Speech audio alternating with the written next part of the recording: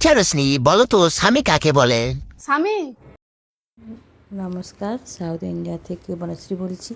তোমরা দেখতেই পেয়েছো আমি ভিডিও বানাচ্ছি। ভিডিও বানানোর পরে কিন্তু আমি চলে যাব বাজারে। বাজারে কিন্তু যেতেই হবে আমাকে, আমার বাড়িতে কিছুই নেই, সব শেষ হয়ে গিয়েছে।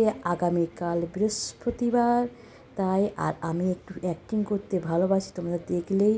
তারপরে কিন্তু আমি বেরিয়ে পড়েছি, চলে যাচ্ছি বাজারে। কিন্তু দেখতে পাচ্ছ কত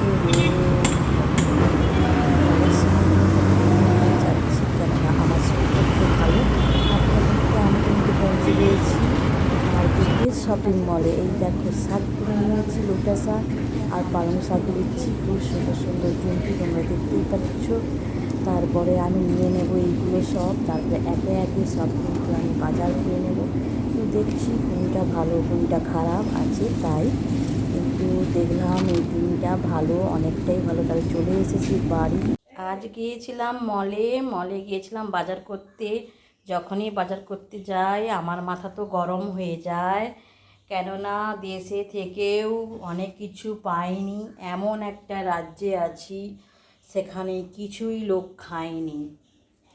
যারা দূরে বসে আছে তারা পাচ্ছে সব, দেশে থেকে আমি পাচ্ছি না কিছু। খাচ্ছি কাঁচা লঙ্কার আচার আর সরষের তেলের ভাত। দেখতে পাচ্ছ এখানে আছে লোটা শাক, এখানে আছে পালং শাক, এর নাম জানি না। দেখে নাও আমার সবজি বাজার, এগুলো দেখলেই আমার মাথা চুলকায়।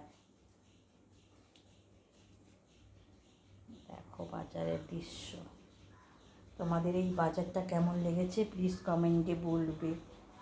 কত কষ্ট করে গিয়েছি হেঁটে হেঁটে, আসার সময় এসেছি অটোয়।